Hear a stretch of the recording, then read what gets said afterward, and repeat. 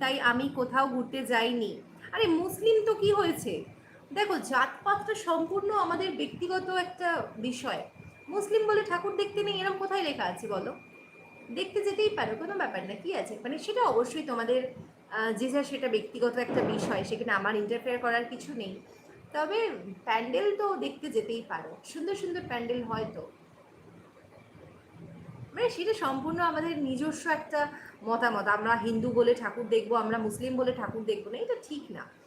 আমি Bongaon in north 24 Pargana. আচ্ছা, আমি যাব আজ সন্ধ্যায়। হ্যাঁ, অবশ্যই যাবে, কেন যাবে না? মুসলিম বলে তুমি ঠাকুর দেখবে না কেন? এটা কোথাও লেখা নেই গো। অবশ্যই ঠাকুর দেখবে। আমাদের আল্লাহ যে ভগবানও সে, তাহলে আমরা কেন ঠাকুর দেখবো না? আমরা কি বিপদে পড়লে আল্লাহকে ডাকি না? বলো।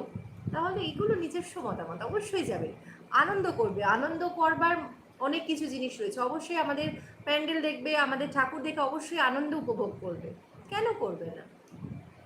তোমার নতুন লাইফের মানে জীবনের জন্য অনেক অনেক শুভ কামনা রইল বোন। ভালো থেকো, সুস্থ থেকো সবসময়।